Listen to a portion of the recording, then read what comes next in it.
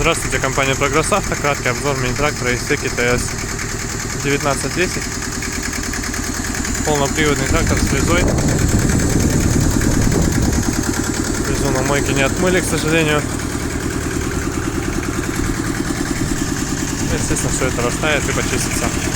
Трехточное навесное устройство без дополнительных гидрорегулировок, максимально простое.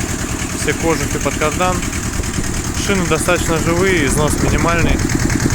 Все это сохранилось хорошо. Думаю, видно, что и по косметике трактор также отличный. По всем рычагам все здесь у нас размечено отлично. Раздатка, естественно, вал отбора мощности. Наработка 1000 подходит. 999. Двухцилиндровый двигатель. Без потеков, без нареканий. Сразу можно показать. Работает достаточно ровно. Ну, естественно, как и другие двухцилиндровые двигатели.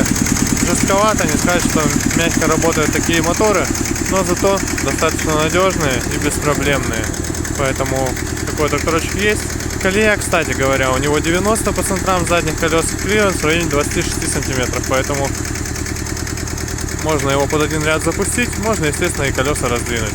Есть у него крепление под поворотоходы на задних шинах, на задних дисках видно, это отлично. Поэтому вот такой тракторчик у нас появился. Компания Прогресс Авто. Приезжайте, смотрите, будем рады. Всего доброго.